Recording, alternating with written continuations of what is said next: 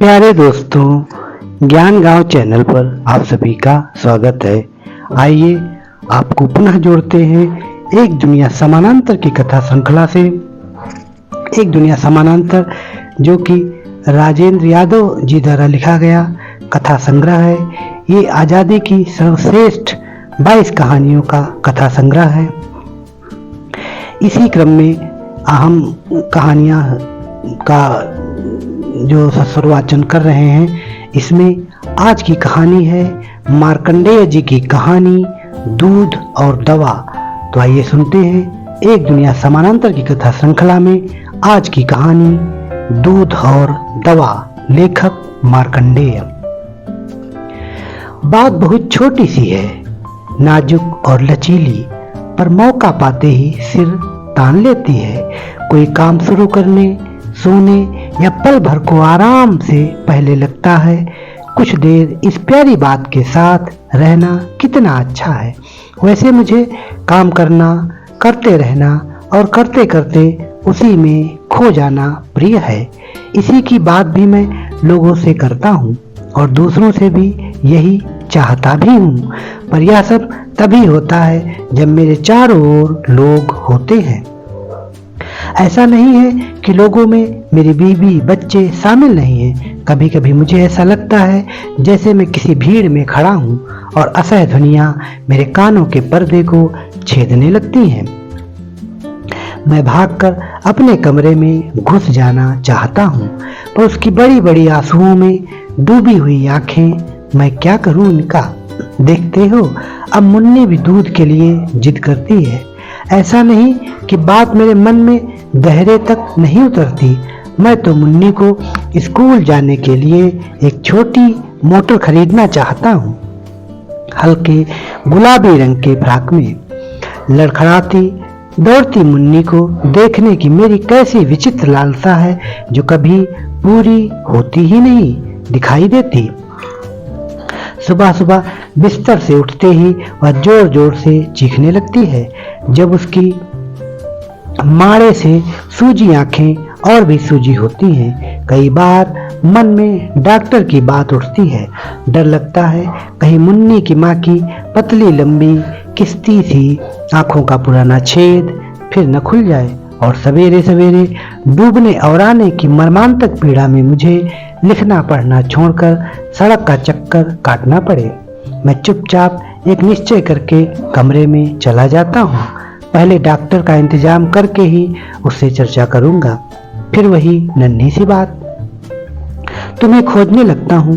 तुम जो इस कड़ी जमीन की चुभन से पल भर को उठाकर मुझे एक सुनहले झिलमिलाते लोक में खींच ले जाती हो। तुम्हारे सीने के बीच मुलायम उजले दे भाग में मुंह डालकर पल भर को सांस लेना कितना अच्छा लगता है मुझे। शायद तुम्हें याद होगा। बात मकड़ी के जाले की तरह तनने लगती है, लेकिन घंटों और घंटों आंखें बंद करने पर भी शिकार कोई नहीं फंसता और मैं बीवियों और मजदूरों के बारे में सोचने लगता हूँ। आखिर इन दोनों को हरदम शिकायतें क्यों रहती हैं? क्यों इन दोनों के सीने में खारे पानी का इतना विशाल समुद्र फफाया रहता है? मृत्यु की आखिरी कराह की तरह इस समुद्र की लहरें चीखती हैं, पर किसी खोखले श्राप की तरह मिथ्या बनकर बिखर जाती है। मैं इन विनाशकारी लहरों को दुनिया को निगल जाते देखने के लिए व्याकुल हो उठता हूँ, पर हल्की सी मुस्कुराहट या वह भी नहीं तो बस मुलायम कलाइयों की पकड़ और उस समय कुछ भी और न सुनने की बात। जाने भी दो, कमर के नीचे नंगी खुली मैं इस असामयिक मृत्यु से बचना चाहता हूँ, पर कोई चारा नहीं।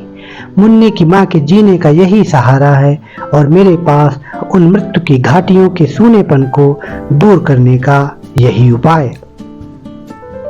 वह विश्वास नहीं करती, पर मैं सच कहता हूँ कि मुझे इतना बहुत अच्छा लगता है। इसलिए मैं समझ नहीं पाता कि स्त्रियां और मजदूर मालिकों को क्यों ओढ़े हुए हैं, महज इतनी सी बात के लिए, या मुन्नी की आंखों के मारे की दवा या उसके दूध के लिए। यह प्रश्न उसके साथ नहीं उठते क्या? आखिर क्या उसे बच्चे नहीं हो सकते, या उसे दूध पीने वाले बच्चे नहीं होंगे? धीरे धीरे यह क्यों धुंधलाता है। पानी सिर्फ एक बूंद, स्याही जाने कैसी फैलकर एक झील, भूरी आंखों की तरह, वह भी सतही, उथली, अछूता, कच्चा, नुकीला फूल, आसमान में उड़ने वाली लरजती पतंग की लंबी पूंछ, किसी बंगले के फटे पुराने पर्दे, मुल्क में बनी और भूख, वे मित्र जिन्हें नौकरी के लिए पत्र लिखे हैं, जो चाहें तो मैं भी उन्हीं की तरह का लगूं, बेएतबार और ऊंचे दर्जे का नौकरी देने वाला मुलाजिम। लेकिन वह नौकरी से चिढ़ती है। तुम नौकरी करोगे? फिर तो मोटर, बंगले और सुख की अनेक कोठियां हैं, मेरे लिए जगह कहाँ होगी? मैं गरीब बाप की बेटी हूँ। अजीब बात है, तुम भूख में जी सकती हो, लेकिन वह तो कहती है कि उसके सीने में एक भयंकर ज्वालामुखी दबा पड़ा है जो कभी भी नहीं भड़केगा। मुन्नी की माँ यह भी जानती है, पर क्यों नहीं भड़केगा? क्यों उसके लावे से मेरा घर आंगन नहीं पट जाएगा? इसलिए न कि मैं लिखूंगा और लिखने से पैसे मिलेंगे और पैसे उसे ठंडा करते रहेंगे। वह यही तो कहती है कि पैसा दिल को ठंडा और शरीर को गर्म रखने की अद्भुत दवा है। गरीब दुनिया का सबसे अच्छा इंसान है। गरीब लड़की की मोहब्बत दुनिया की सबसे पवित्र निधि। कभी कभी वह स्कूल टीचर की तरह बोलती है। आखिर यह सब और है ही क्या? मुन्नी जब जन्मी थी तो उसके लिए मैंने एक झूला खरीदा था। बहुत सारे कपड़े बने थे और उसे दूध में ग्लूकोज और शहद दी जाती थी। फ्रेंच सीखेगी मेरी बेटी। मैं चाहता हूँ वह पेंटर बने। सिर्फ 30 रुपए तो लगते हैं उसके दूध के। 30 में ऐसा क्या रखा है? साल ही भर बाद रुनकू आया तो कितना उत्साह था। कोई बात नहीं, दोनों के लिए एक गाड़ी होगी, दोनों कॉन्वेंट जाएंगे। लेकिन यह क्या फिजूल की बातें हैं, बेओर छोर की। मैं झटके से उठ बैठता हूँ और लिखने की कॉपी के मसौदे कई बार उलट पुलट कर देखने लगता हूँ।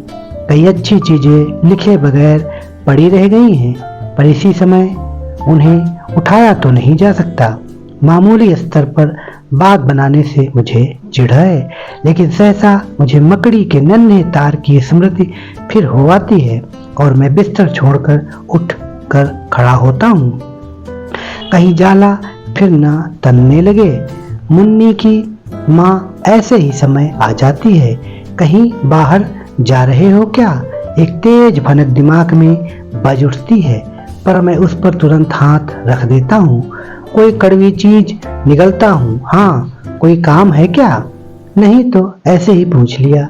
अभी तो धूप बहुत तेज है, कुछ रुक जाते। और वह कह ही क्या सकती है, थकी भी तो है बेहद। रुनकू ने सारी दोपहरी परेशान किया है।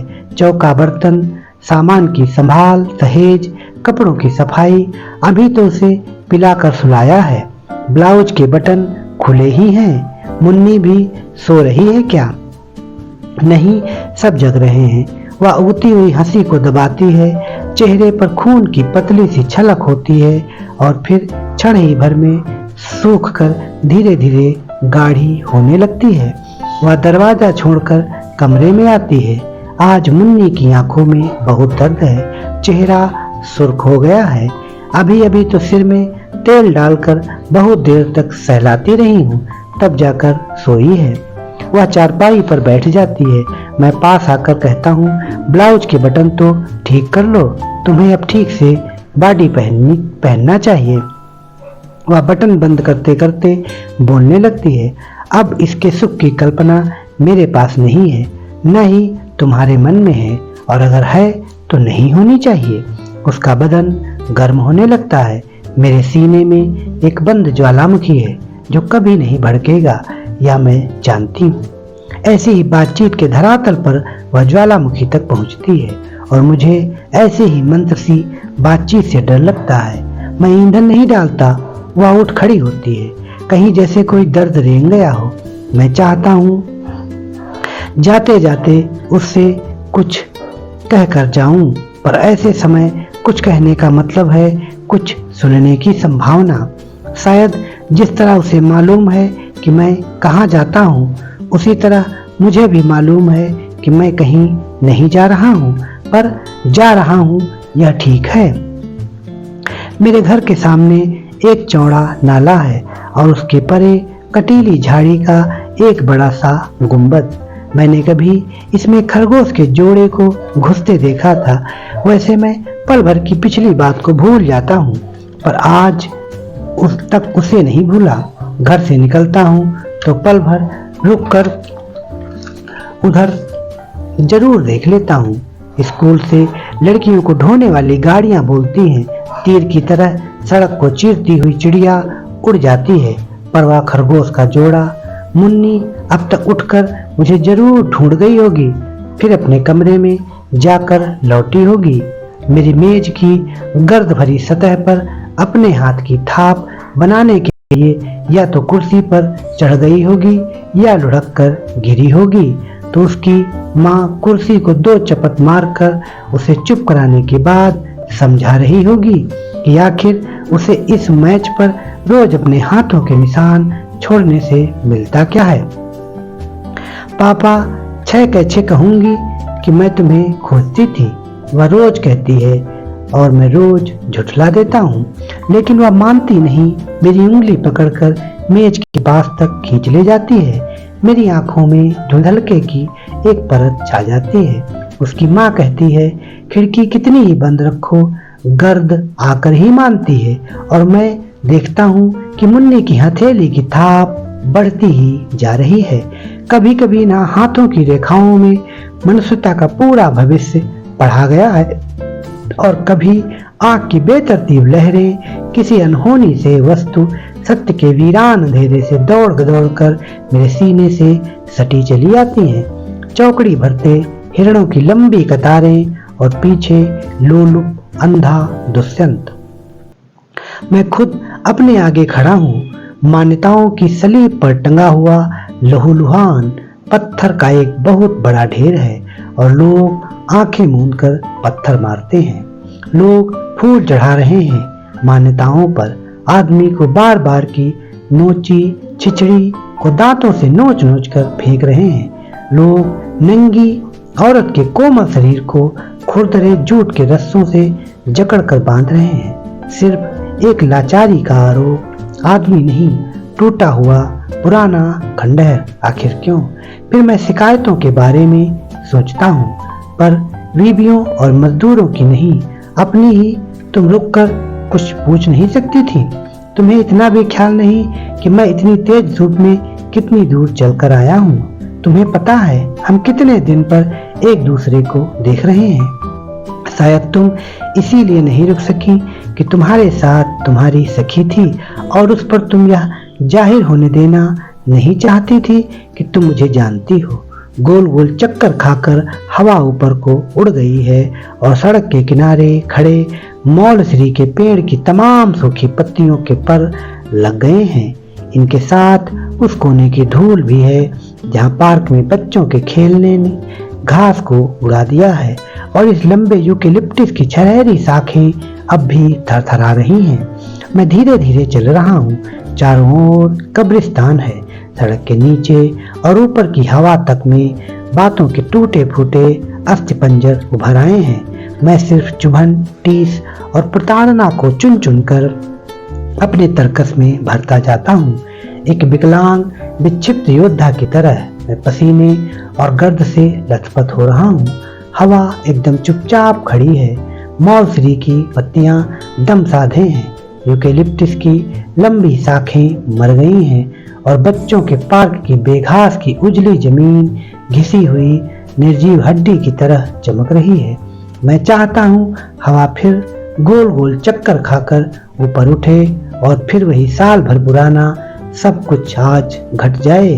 मौलश्री की पत्तियों, यूकेलिप्टस की डालों, पार्क की जमीन और मेरे साथ। मैं थक कर टूक टूक हो रहा हूँ। पल भर कहीं बैठना चाहता हूँ, और कुछ देर सब बाहर का ही देखना चाहता हूँ, जैसे कोई मकान का दरवाजा लगाकर बरामदे में आ जाए। लेकिन अब बहुत देर हो गई है, लौटने में काफी समय लगेगा। लगता है वह घर से निकल नहीं पाई। क्यों नहीं निकल पाई? उसे निकलना चाहिए था। उसे लोहे की जूतियां पहनकर कांटों को कुचलते हुए आना चाहिए था। लेकिन वह कहती है, मैं खून से लथपथ होना चाहती हूँ। मैं उन सारे दागों को अपने शरीर पर मुखर रहना चाहती हूँ। मैं सारे घावों की मवाद और गंदगी को लोगों को दिखाना चाहती हूँ। देखो, सत्य यह है, तुम्हारी सच्चाइयों की तस्वीर यह है। तुमने घर को इसलिए स्वर्ग बना रखा है कि तुम्हारी बीवी तुम्हारी कमाई खाती है और एक खरीदे हुए दास से भी बदतर ढंग से तुम्हारी सेवा करती है। तुम्हें अगर यह पता लग जाए कि वह तुम्हें नहीं किसी और को चाहती है तो तुम हवा में नजर आते हो, क्योंकि तुम्हें अपने से ज्यादा अपने पैसों पर भरोसा है। यही एक पुरानी टकोरी है तुम्हारे पास। एक नन्हा सा ऑक्सीजन बैलून हवा में उड़ता चला जाता है, उसमें तुम बैठी हो। गर्दन दर्द करने लगती है देखते देखते, लेकिन तुम किसी मायाविनी की तरह पीछे से हंसती हुई गोद में बैठ जाती हो। मुझे प्यार करो, मेरे जाने का समय हो गया है। मैं चाहती हूँ इसकी याद बनी रह जाए। पर मुन्नी का बैलून तो मेरे कमरे की निचली छत में ही अटका रह जाता है। वह पैर पटकने लगती है। पापा, उतारो इसे, देखो ये छत चुला रही है। मेरा गुब्बारा तुम्ही ने छिकाया है। मैं कैसे पहुंचूं इतनी ऊंचाई तक? अच्छा, मुझे कंधे पर उठाओ। फिर भी तो नहीं पहुंचोगी। कुल्छी पर खड़े हो जाओ। उसकी माँ बिगड़ती हुई आती है। यह क्या तमाशा है? अभी तो आंख ही गई है, अब हाथ पांव भी तोड़कर बैठेगी। मैं चुपचाप खड़ा हूँ और वह मुन्नी के उतरने का इंतजार करती है, लेकिन यह तो ऑक्सीजन ही निकल गई गुब्बारे से। मुन्नी, मुन्नी, अब जाने भी दो। और हाँ, कल रात कुछ लिख रहे थे, वे कागज कहाँ गए? मुन्नी की दवा और दूध। चुपके से मन में कुछ कांपता है। मैं ऐसी ही नन्ही नन्ही बातों को लेकर परेशान होता हूँ। उसका स्वर कानों में बज उठता है। आखिर उसमें क्या ऐसा रखा है जो तुम्हें विचलित कर देता है? मैं रुकी नहीं, कुछ कहा नहीं, तो क्या ऐसा आसमान फट पड़ा? मैं पूछती हूँ कि मुन्नी के दूध और दवाइयों का क्या हुआ? तुम कुछ लिखकर मुझे देने वाले थे ना? और इतने ही समय में यह कुछ धीमी सी हो गई। मैं चुप जो रह गया। क्या सोच रहे हो? मैंने तो समझा कोई कहानी लिख रहे थे। आज किसी को देकर कुछ रुपए लाते तो अच्छा था। कल 2 रुपए का सामान मंगाया था, आज भर और चलेगा। इस नन्हे से अवसर से संभल गया हूँ, इसलिए बात बनने में देर नहीं लगती। वह तो पत्र था, तुम्हें गोदावरी ने लिखा था कि किताबें भिजवा दो। वही प्रकाशक को लिखा कि उसे भेज दें। और अरे रुको, देखो वह क्या है? कहाँ? रुको तो, अरे यह तो वही तिल है। अंगुलियां कांप जाती हैं। चेहरे पर चुनचुनाहट की तरह कुछ बहुत नन्हा नन्हा उगाता है। एक अजीब सी खुशी की लहर। हटो भी, खिड़की खुली है। मेरे सीने में एक ज्वालामुखी है जो कभी नहीं भड़केगा, यह मैं जानती हूँ। मैं समझ नहीं पाता कि स्त्रियां और मजदूर मालिकों को क्यों ओढ़े हुए हैं, महज इतनी सी बात के लिए, या मुन्नी की आंखों के माड़े की दवा, या उसके दूध के लिए। तो दोस्तों, ये थी कहानी दूध और दवा। आपको इस कहानी का वाचन कैसा लगा? आपकी प्रतिक्रिया का हमें इंतजार रहेगा। मिलेंगे अगले अंक में एक नई कहानी के साथ। तब तक के लिए बहुत बहुत धन्यवाद। चैनल से जुड़े रहिए, लाइक, सब्सक्राइब, कमेंट अवश्य करें, बेल आइकन को प्रेस कर लेंगे। मिलेंगे अगले अंक में, तब तक के लिए धन्यवाद।